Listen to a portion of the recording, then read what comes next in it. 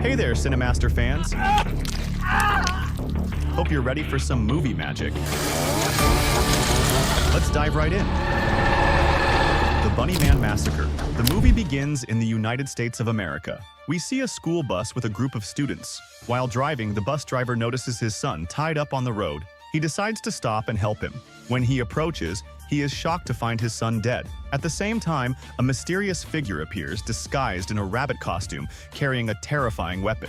The figure enters the bus and kills everyone inside for an unknown reason. Later, we see the rabbit killer in the forest. He notices a group of campers and decides to kill them all without any reason. He approaches one of the tents, finds a girl, and kills her. He then finds a weapon and decides to take it. Moving to another tent, he finds more campers and kills them too, enjoying every moment of his actions. We are introduced to his brother, Joe, who always helps him cover up his crimes. Joe ensures the road appears safe for newcomers by removing traces of the murders. He also places signs for his supermarket along the road to lure victims. Joe tells the rabbit killer that he must show no mercy because humans are the reason for his disfigurement. This is why the killer always wears the rabbit costume. The next day, a new family arrives, traveling the same road where the previous victims were killed. They are looking for the nearest supermarket to eat, as they are hungry and have traveled a long distance. They spot a sign for Joe's supermarket. Upon entering, Joe gives them meat in bags. It is revealed that this meat is human meat from the people the rabbit killer murdered.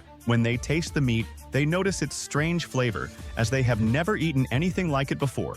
When they ask Joe about it, he lies, saying it is kangaroo meat, which explains the unusual taste. Joe decides not to kill them for another reason, which will be revealed later in the story. At night, we see Joe and the rabbit killer having dinner together. It is revealed that the rabbit killer used to raise rabbits as a child because he loved them. He tries to feed meat to the rabbits, but Joe angrily tells him that rabbits are herbivores and never eat meat. The rabbit killer feels that his brother Joe doesn't love or respect him. However, he tolerates it because Joe is his only brother and has always defended him from bullying and abuse. The next day, Joe notices a hunter with 4 daughters entering the forest where they live. The daughters are named Celine, Kate, Sarah, and Celine. Joe informs the rabbit killer via walkie-talkie about the 4 girls in the forest, instructing him to kill them as quickly as possible. The rabbit killer, armed with a cleaver, wanders through the forest. He encounters Celine, who is enjoying her walk, and suddenly strikes her with the cleaver, killing her instantly. Hearing Celine scream, Kate rushes to check on her.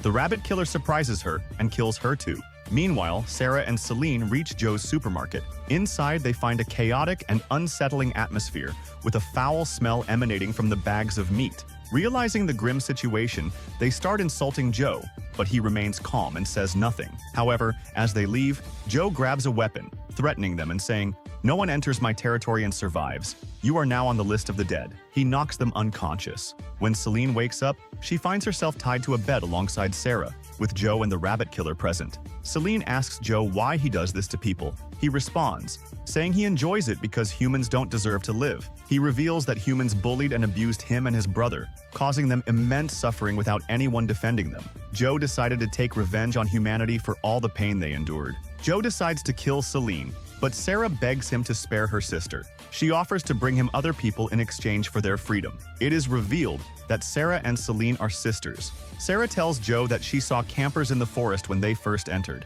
She promises to bring them to him if he lets them go. Joe agrees, giving her half an hour to fulfill her promise, warning her that if she fails, he will kill her sister. He also warns her against escaping or contacting the police, saying he will find and kill them both if she tries. Joe releases Sarah, allowing her to leave. Celine, left behind, tells the rabbit killer that she senses he has a kind heart and cannot truly harm or kill people. Suddenly, the rabbit killer removes his mask, revealing his horrifyingly disfigured face. He explains that hunters and cruel humans caused his disfigurement, destroyed his life, and ruined his future. He seeks revenge against humanity for what they did to him. Meanwhile, Sarah walks through the forest and finds 3 girls camping. She threatens one of them with a weapon, forcing them to come with her. The girls agree, and Sarah leads them to Joe. Joe releases Sarah and Celine, warning them to leave the forest immediately. He threatens to kill them if he sees them again. As they flee the forest, Celine feels guilty and tells Sarah, "How could we hand over innocent girls to those killers?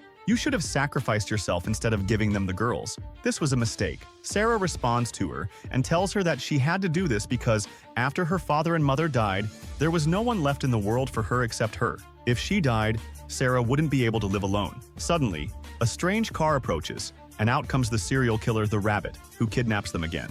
The next day, we see the head of the police department, Jack, arriving in the area where Joe, the rabbit killer's brother, lives. Jack is there because 2 police officers have disappeared, and the last place they were recorded being was that area. Jack enters Joe's shop and asks him if he's seen the police officers, but Joe denies seeing anyone, saying that no police officers have visited the area in a long time. Jack gives Joe his card and tells him to contact him immediately if he sees or hears anything about them, promising a reward in return. Later, Joe goes to the 3 girls Sarah handed over to him. He is confused about which one to kill first. Randomly, he chooses a girl named Sam.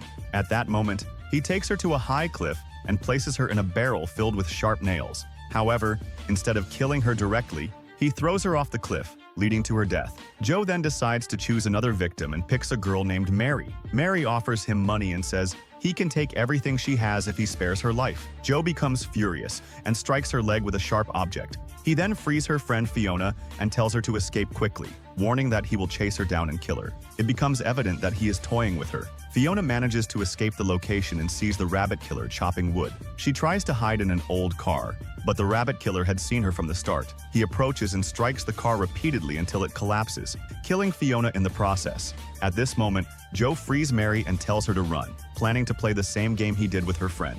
Mary runs, trying to climb onto the roof of a car or find any way to escape. However, in the end, the rabbit killer catches her, ties her to a rotating saw, and decides to kill her. He points a gun at her face, but when he pulls the trigger, the weapon turns out to be out of bullets. Furious, the rabbit killer blames Joe for forgetting to load the gun. Meanwhile, Mary manages to break free from the wooden structure she's tied to and escapes. However, she doesn't free Sarah or Celine because Sarah was the one who handed them over to the killers and caused the deaths of their friends Fiona and Sam. Mary attempts to escape, but her injured leg slows her down. When Joe sees her, he decides to finish her off, shooting her in the leg again, causing her to collapse. Joe then orders the rabbit killer to kill Mary with a chainsaw. However, they don't realize that Sarah and Celine have managed to free themselves and escape. When Joe notices that Sarah and Celine have fled, he decides to search for them in the forest, with the rabbit killer joining him. Sarah and Celine eventually reach Jack and tell him everything they've been through. Jack tells them to get into his car and informs them that there's a gun inside, giving them permission to shoot if they encounter any danger.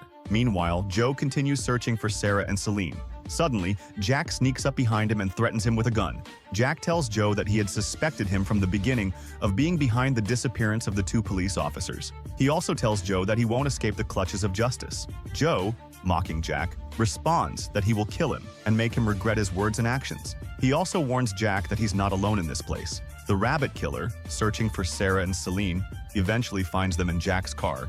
He attacks Celine, strangling her to death. When Sarah sees her sister die, she uses the gun Jack told her about to kill herself, unable to endure the pain any longer. She was the last member of her family after her parents' deaths. Joe manages to shoot Jack in the shoulder and prepares to kill him, intending to gouge out his eyes. However, Jack quickly reaches for his gun and shoots Joe in the neck. Hearing the gunfire, the rabbit killer rushes to investigate. When he arrives, he finds Joe in immense pain from Jack's shot. Joe asks his brother to kill him and end his suffering. Before dying, Joe tells his brother not to stop killing people, claiming that they are the ones who wronged and bullied them and that they deserve this fate. The rabbit killer promises his brother that he won't stop seeking revenge. He then shoots Joe, killing him. However, the rabbit killer's story doesn't end there. We don't know what happens next with Jack or the rabbit killer. Thus ends the first part of the story. Stay tuned for the next installment.